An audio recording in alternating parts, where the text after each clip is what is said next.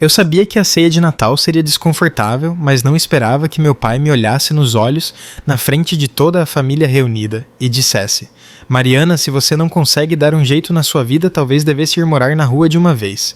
Ele não sussurrou, ele não suavizou, ele nem piscou. Minha irmã escondeu um sorriso presunçoso atrás da taça de espumante.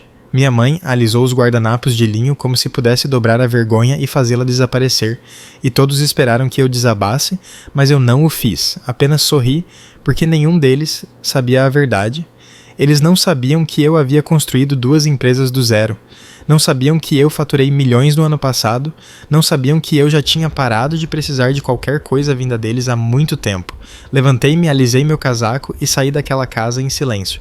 3 semanas depois, eles entrariam na minha. Se alguém tivesse tirado uma foto da minha família naquele Natal, apenas uma única foto teria capturado tudo o que queríamos que o mundo acreditasse. Uma mesa de jantar polida, velas douradas, decoração natalina impecável e 5 pessoas sorrindo como se a vida nunca as tivesse tocado com aspereza.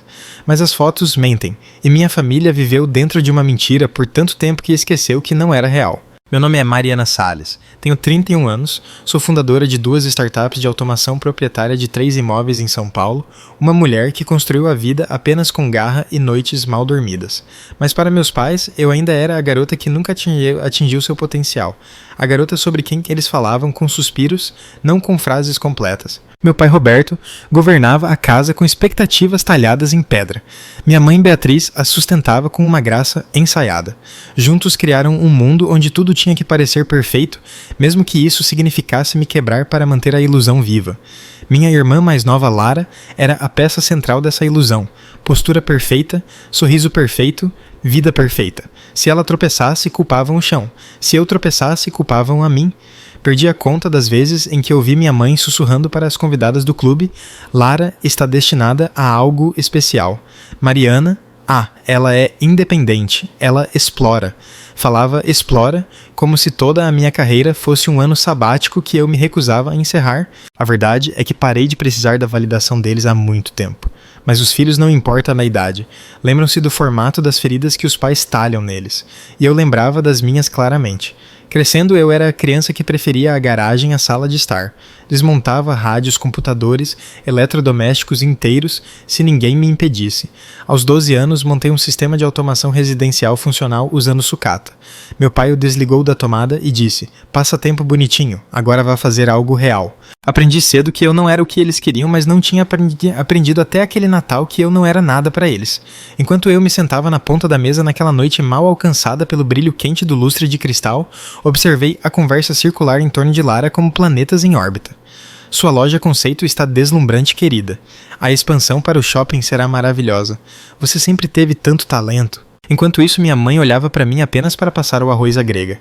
Então, meu pai limpou a garganta, recostou-se na cadeira e olhou diretamente para mim. Seu olhar era pesado, como se ele estivesse esperando por esse momento. Então, Mariana, disse ele com a voz afiada o suficiente para cortar a conversa paralela, ainda à deriva, ainda tentando descobrir o que fazer da vida. A sala ficou em silêncio. Lara bebericou seu vinho. Minha mãe ajustou o guardanapo como se pudesse arranjar o desconforto para longe. Abri a boca, mas meu pai não tinha terminado. Honestamente, se você não consegue dar um jeito na sua vida, talvez devesse ir morar na rua de uma vez. Ele não piscou, não hesitou, não se importou. E pela primeira vez não senti dor, senti clareza, uma clareza pura e cristalina. Eles nunca tinham me visto, nunca pretenderam ver. Então levantei-me, alisei meu casaco e disse baixinho: obrigada pelo jantar. Saí daquela casa perfeitamente encenada nos jardins e entrei no ar abafado de dezembro sem perceber ainda que ir embora foi o momento em que tudo começou a mudar. 3 semanas depois, eles entrariam no meu mundo. 3 dias após o Natal, o silêncio na minha cobertura parecia mais pesado que o normal. O horizonte de São Paulo se estendia pelas janelas, a ponte estaiada e iluminada viva, enquanto eu me movia pela casa como alguém flutuando entre 2 mundos. Em um mundo, eu era uma CEO preparando o lançamento de um produto. No outro, eu era a filha que minha família fingia não existir. Eu estava fazendo chá quando meu celular vibrou. Camila, minha prima. A única pessoa da família que já me defendeu, não ruidosamente, não dramaticamente, mas silenciosamente da maneira que conta. Limpei as mãos e abri a mensagem. Camila, Mari, você está bem? Eu estou ótima. Por que, Camila? Porque sua mãe tem falado coisas. Meu estômago apertou não de medo, mas de uma espécie de antecipação exausta. Na minha família, falar sempre se traduzia em reescrever a verdade. O que ela disse agora? Uma longa pausa. Então Camila respondeu. Camila, ela disse para todo mundo no clube que seus negócios faliram, que você está basicamente sem teto, que está dormindo no sofá de amigos até se reencontrar. Congelei. Sem teto. Falida. Pulando de sofá em sofá.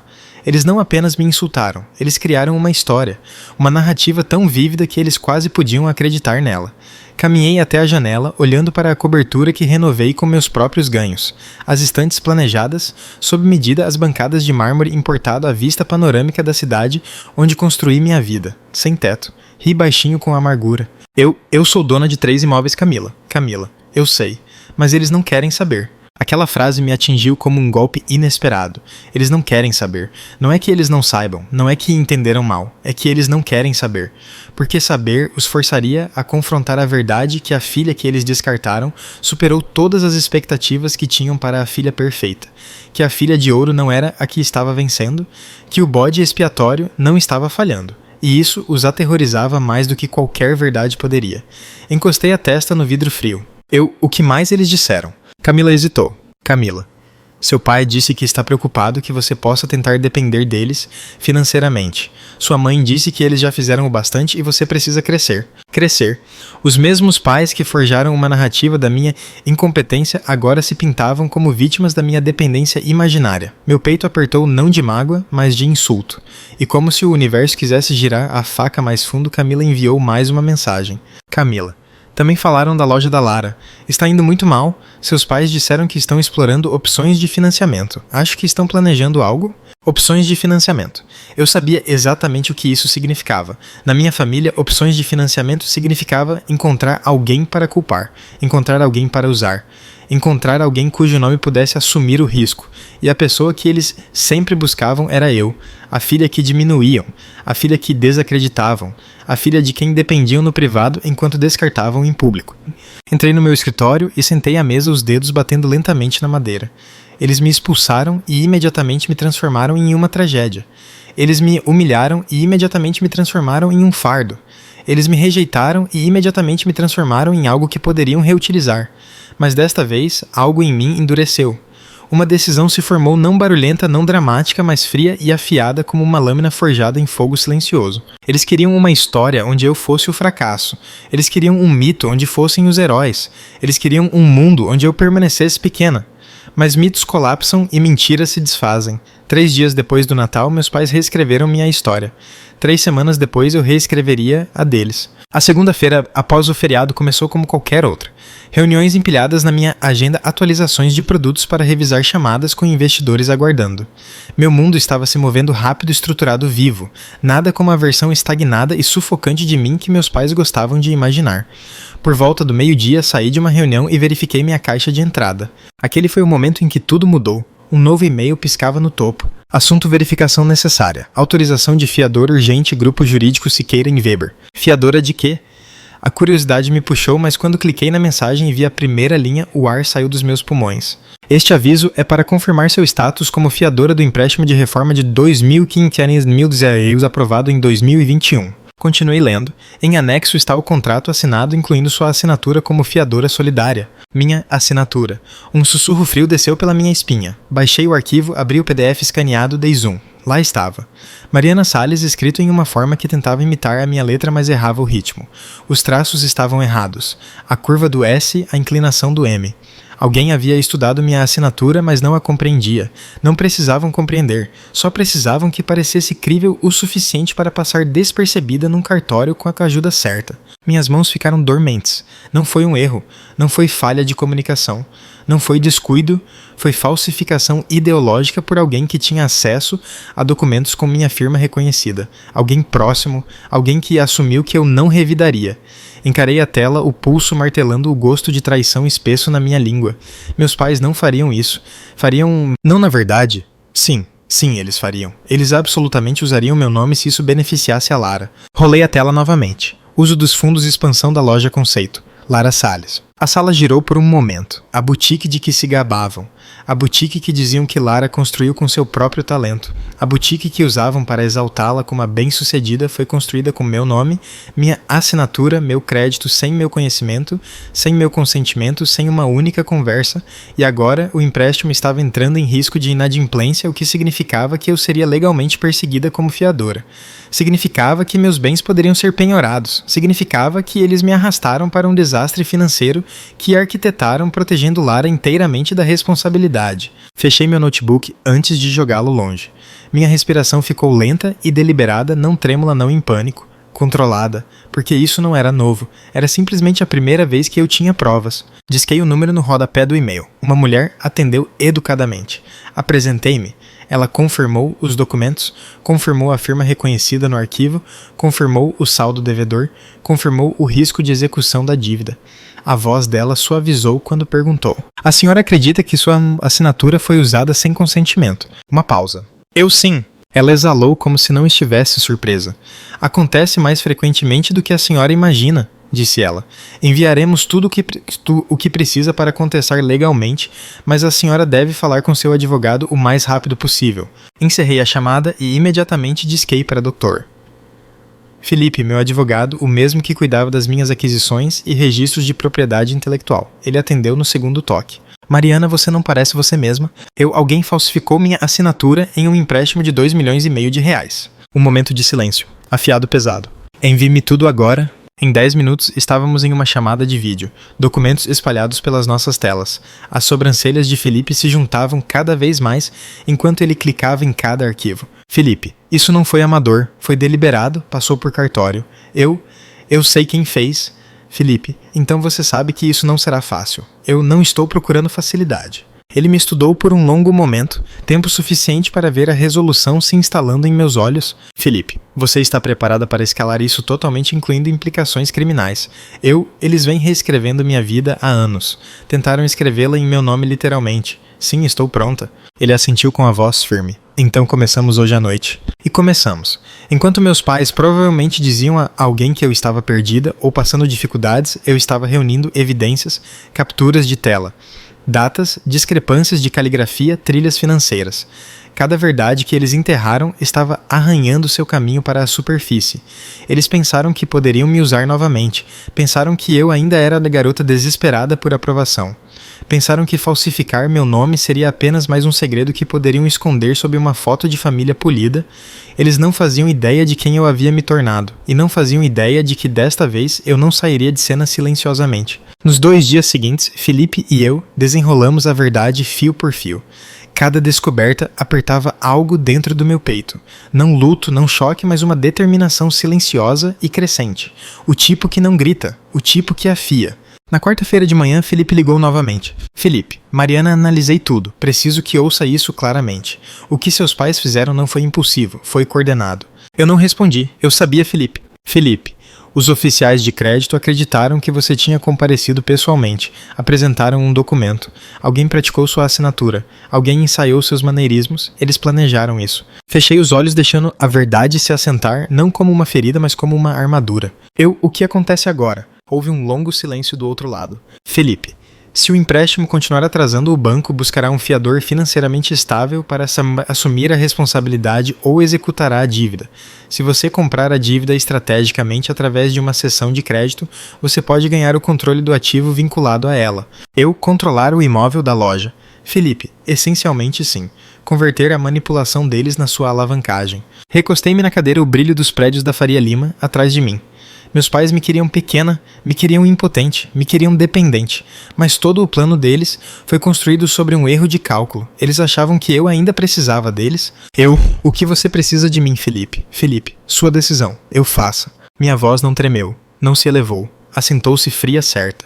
Porque pela primeira vez na minha vida eu não estava jogando na defesa. Começamos imediatamente. Felipe redigiu cartas formais contestando a assinatura e solicitando os registros de autenticação, alertando o banco sobre a fraude. Mas paralelamente, de forma discreta, iniciamos o processo para me posicionar como a parte adquirente da dívida. Enquanto meus pais viviam em negação, trabalhávamos com precisão análise financeira, estruturas de propriedade, cenários de venda futura. Cada documento que forjaram tornou-se outra peça de evidência fortalecendo minha posição. Estranhamente senti-me calma. A dor reage, a clareza planeja. E eu tinha acabado de reagir. Naquela noite, enquanto revisava uma planilha das perdas projetadas que a boutique de Lar havia acumulado, peguei-me sussurrando em voz alta. Vocês deveriam ter me deixado fora da bagunça de vocês, porque essa era a verdade. Eu não tinha pedido isso, não busquei vingança, não queria nada deles, nem dinheiro, nem atenção, nem redenção. Tudo o que eu queria era distância, mas eles construíram uma ponte feita de mentiras e esperavam que eu carregasse o peso deles através dela, não desta vez. Por volta das 23, meu telefone vibrou novamente. Felipe, mais uma coisa. O banco está preocupado. Já sinalizaram o empréstimo como risco crítico. Está desmoronando mais rápido do que o esperado. O que significa, Felipe? Que você pode ganhar o controle mais cedo do que planejamos. Ótimo. Quanto antes isso se desenrolar, melhor. Ele exalou. Talvez em alívio, talvez em descrença. Felipe, a maioria das pessoas estaria sobrecarregada. Você soa firme. Porque já vivi coisas piores. Eles apenas escondiam melhor. Depois que desligamos, não andei de um lado para o outro, nem chorei, nem me enfureci. Em vez disso, fui até a varanda deixando o ar da noite lavar minha pele. Abaixo de mim a cidade pulsava carros, luzes, possibilidades. Longe dali, no lugar que um dia pareceu um lar, meus pais provavelmente estavam dormindo acreditando que o mundo ainda funcionava a favor deles. Acreditando que Lara seria salva. Acreditando que as consequências de que sempre se esquivaram nunca os alcançariam. Eles não faziam ideia de que o chão sob eles já estava se movendo. Porque enquanto passaram anos insistindo que eu era a instável, o fracasso, a decepção, eu me tornei a única coisa para a qual nunca se prepararam, independente, informada e no controle. E se pensaram que a humilhação no Natal foi o fim da história, estavam prestes a aprender o que acontece quando a filha que descartaram para de encolher e começa a se levantar. 3 semanas depois daquele jantar, numa manhã fria de sexta-feira, o nome de Felipe iluminou meu telefone. Eu esperava a ligação, mas quando finalmente veio o momento ainda pareceu mais pesado do que pensei que seria. Atendi imediatamente. Felipe, Mariana é oficial. A sessão de crédito foi concluída. Você agora controla legalmente a dívida e tudo que está atrelado a ela. Tudo. O imóvel da boutique, o contrato de locação, os ativos, o futuro. Meus pais me empurraram para fora da casa deles há 3 semanas. Hoje eu era dona da fundação do negócio deles. Sentei-me devagar, deixando a realidade me invadir não como triunfo, mas como oxigênio. Eu avanço com a notificação. Felipe, sem hesitação, nenhuma. Passamos os 4 dias seguintes redigindo cada documento. A notificação extrajudicial, a assunção da dívida, termos de proposta de pagamento, opções de saída. Nada era vingativo, nada era emocional, tudo era legal, limpo processual, porque isso não era sobre vingança, era sobre limites. Limites que meus pais cruzaram tantas vezes que esqueceram que existiam. Na quinta-feira à tarde, o cartório confirmou a notificação. Eu era a única parte no controle. A ironia não me escapou. A filha que humilharam a filha de quem falavam com vergonha, a filha que insistiam em estar perdida agora segurava o futuro financeiro deles nas mãos. Mas o universo ainda não tinha terminado. Naquela noite, por volta das 18h30, meu telefone vibrou novamente, dessa vez com um nome que eu não esperava.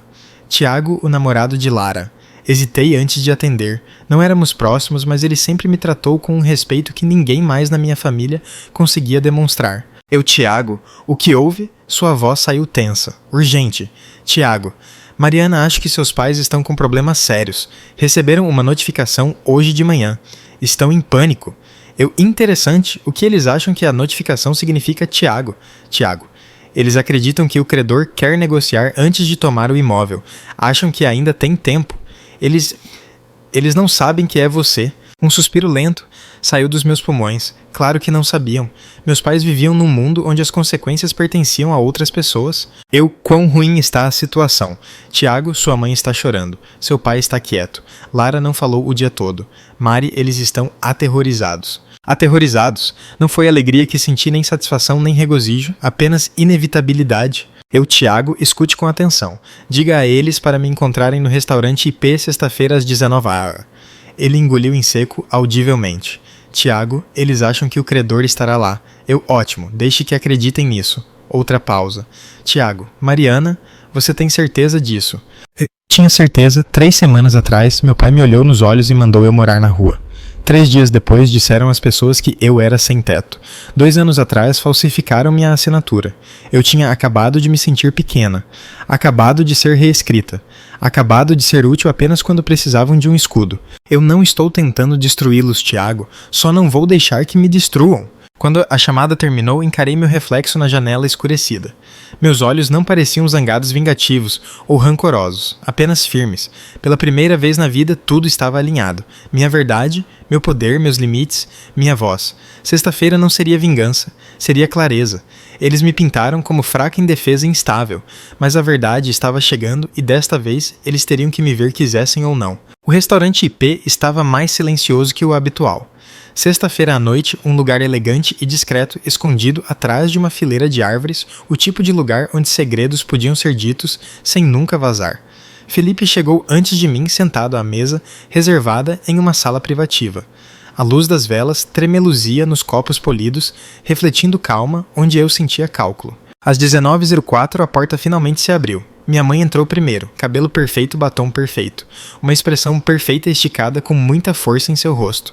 Meu pai caminhava atrás dela, ombros rígidos, olhos dardejando como se já sentisse que algo estava errado. E Lara? Lara demorou na porta com os olhos brilhantes como se estivesse se preparando para uma verdade que não estava pronta para ouvir. Ninguém disse olá, ninguém me reconheceu, sentaram-se em silêncio.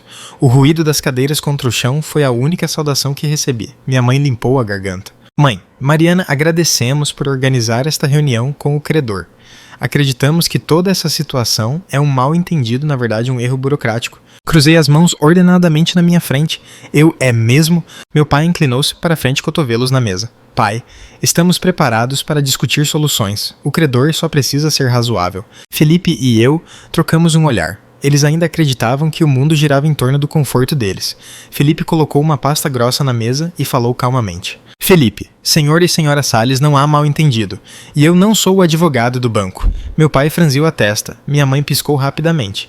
Pai, então por que você está aqui? Felipe empurrou a pasta em direção a eles. Felipe, porque a senhorita Mariana Salles é a parte adquirente. Ela agora controla a dívida e cada ativo vinculado a ela. Silêncio.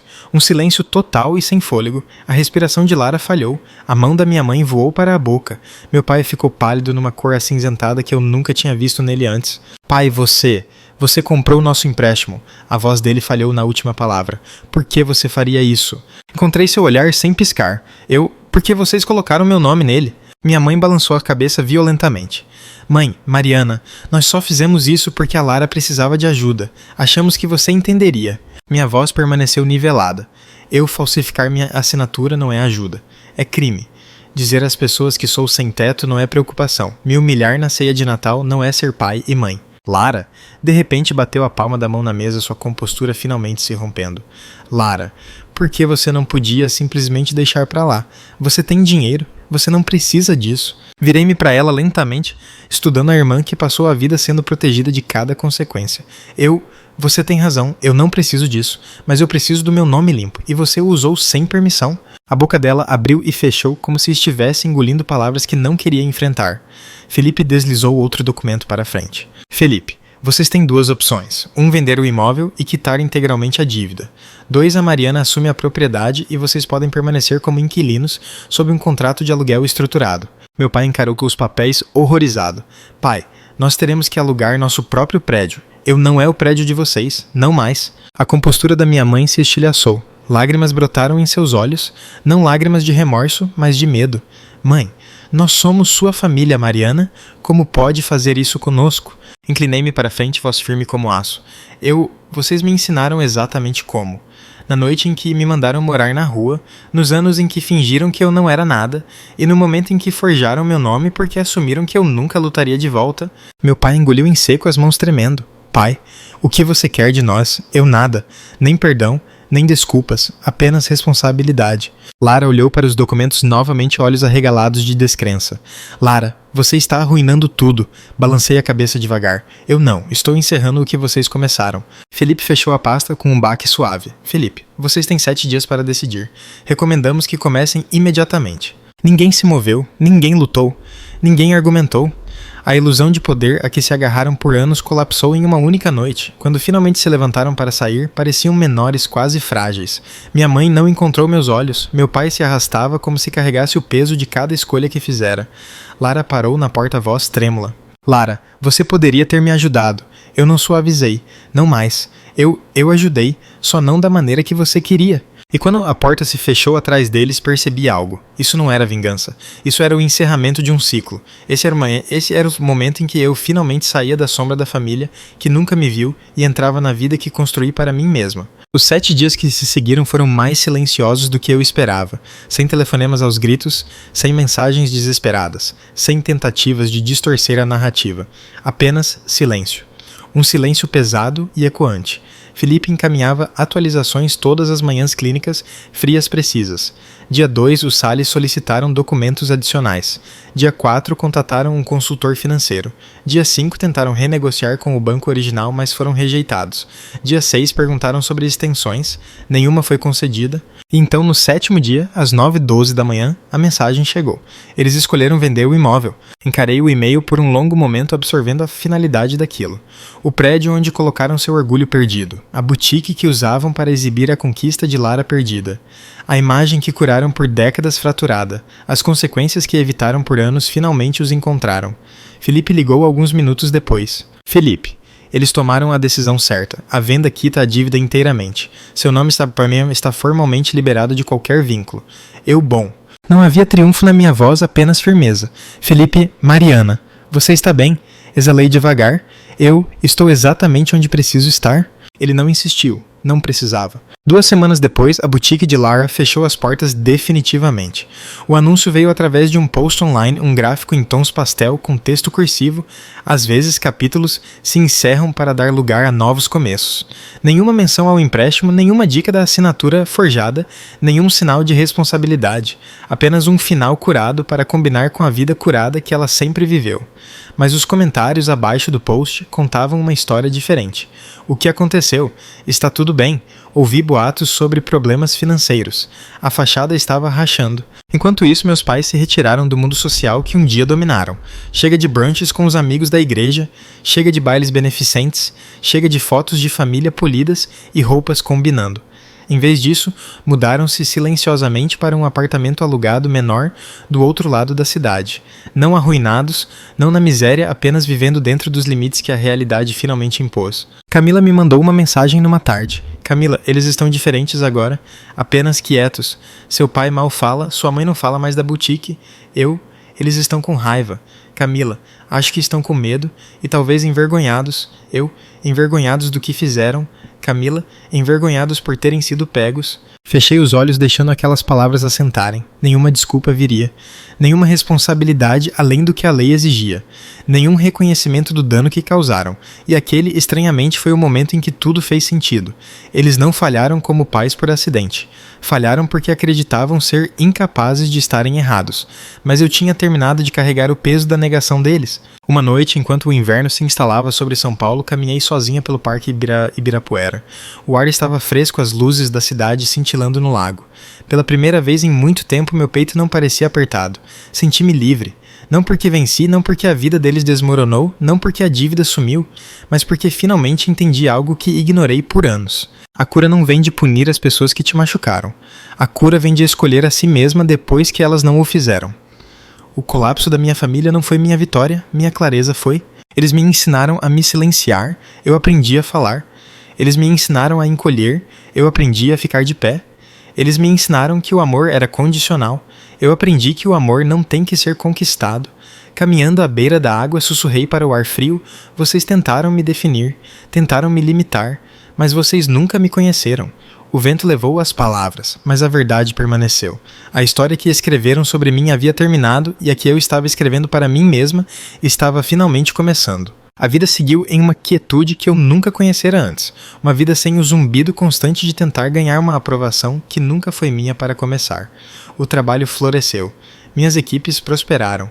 Meus dias se encheram de clareza em vez de dúvidas. No entanto, a parte mais estranha não foi o sucesso, foi o silêncio. Um silêncio que não doía mais. Algumas noites eu ficava na minha varanda com uma xícara de chá observando o trânsito da Marginal Pinheiros se mover como um rio brilhante abaixo. E eu me perguntava, será que meus pais pensavam em mim? Sobre o que disseram? Sobre a assinatura que forjaram? Talvez sim, talvez não. Mas o reflexo deles não era mais minha responsabilidade. Um mês após o confronto, recebi uma mensagem de Camila.